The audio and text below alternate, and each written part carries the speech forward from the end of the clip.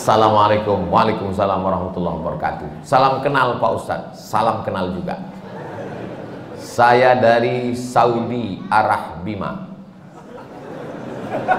Ada orang sholat 60 tahun, tidak ada satupun sholatnya yang diterima karena mereka tidak meluruskan ruku dan sujud. Ruku dan sujud yang bagaimana yang benar itu Pak Ustadz Somad? Irji ila salatika fa innaka lam tusalli. Ulangi salatmu karena salatmu tidak sah. Sahabat itu pun mengulangi salatnya. Irji ila salatika fa innaka lam tusalli. Ulangi salatmu karena salatmu tidak sah. Sahabat itu pun mengulangi salatnya. Irji ila salatika fa innaka lam tusalli. Ulangi salatmu karena salatmu tidak sah. Dia pun mengulangi salatnya. 3 kali dia ulang. Akhirnya setelah dia ulang 3 kali, gimana yang benar itu ya Rasulullah? Kata Nabi, hatta tatma'inna raki'an. Kalau kau ruku, rukuknya tumakninah. Makna tumakninah 2. Yang pertama, ada tempo tenggat waktunya. Seminim-minimnya ruku, 1 kali tasbih. Subhana rabbiyal azimi wa bihamdih. Walaupun 1, tapi dibaca itu ada tumakninahnya. Subhana rabbiyal azimi wa bihamdih. Kenapa orang sholat nggak ada tumakninahnya? Seperti pohon bambu di tepi sungai ditiup angin, karena nggak dibaca di mulut. Allahu Akbar, Allahu Akbar, Allahu Akbar, Allahu Akbar, Allahu Akbar. Pas ditanya, kenapa kau sholat cepat betul? Maaf, nama saya Valentino Rossi, pembalap, pemuda berbadan gelap. Yang kedua, kenapa tidak ada tumakninah? Tidak benar rukuknya. Kalau diletakkan bejana di atas, tidak tumpah airnya. Diagak-agak demikian. Jangan terlalu tunduk ke bawah seperti kambing lapar dapat rumput. Jangan mendongak ke atas seperti kuda jantan melihat kuda betina, apalagi kuda liar. Maka dia harus diagak-agak, dikira-kira. Jadi makna tumakninah 2, gerakannya dan waktunya.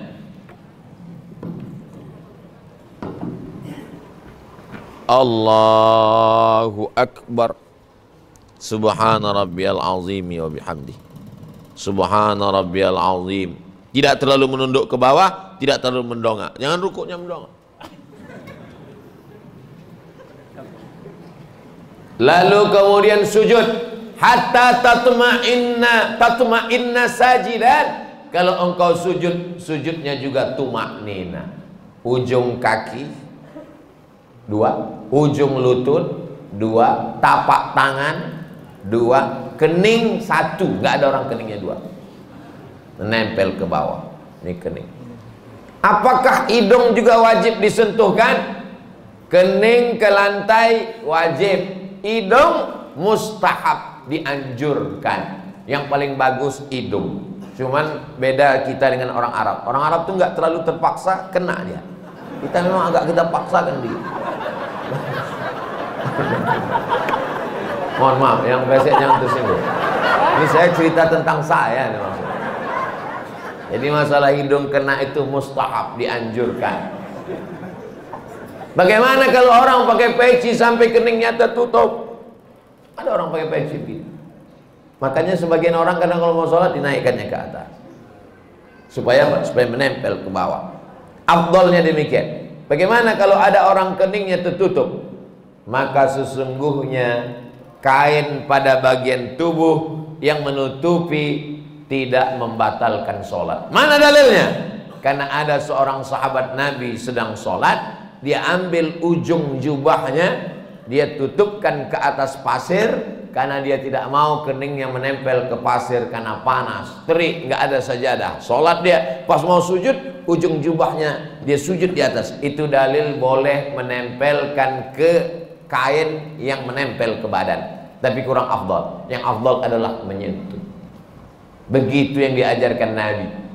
Kenapa orang bisa tasbihnya itu cepat sekali? Karena tidak diucapkan di mulut. Kalau diucapkan di mulut pasti pelan. Subhana rabbiyal a'la wa bihamdi. Subhana rabbiyal a'la. Subhanakallahumma wa bihamdika. Tasbih kita pelan itu karena diucapkan. Subhanallah, subhanallah, subhanallah, subhanallah. Jadi kalau ada bapak ibu lihat ada orang cepat sekali, itu karena nggak diucapkan.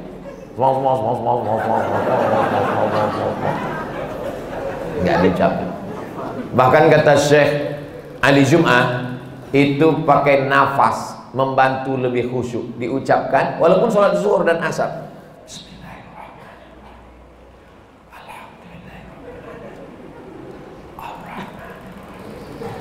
Pakai nafas dan diucapkan. Apakah Nabi itu kalau sholat mulutnya bergerak? Ditanya kepada sahabat Nabi namanya Khabbab ibnul Arth. Ya Khabbab, ya. Nabi itu kalau sholat mulutnya bergerak. Ya. Dari mana kamu tahu? Bittirabi lihiyatih. Aku lihat jenggot Nabi bergoyang. Kenapa jenggotnya bergoyang? Karena dagu dan rahangnya bergerak. Ini ada orang sholat mulutnya nggak bergerak sama sekali, matanya aja yang bergerak. Sholat apa ini? Ini pertanyaan sederhana, tapi mengkoreksi lagi sholat kita. Yang tidak benar sholatnya karena tidak membaca. Dibaca qiraah itu artinya membaca. Sedangkan orang yang baca mulutnya nggak bergerak itu namanya mutalaah. Itu beda dalam bahasa Arab. Kalau bergerak membaca, makanya qiraatul Fatihah membaca. Bismillahirrahmanirrahim. At-tahiyatul mubarakatus shalawatut thayyibat. Assalamu alayka ayyuhan nabiy wa rahmatullahi wa barakatuh. Wassalamu alayna wa ala ibadillahi sholihin. Asyhadu an la ilaha illallah wa asyhadu anna Muhammadar Rasulullah.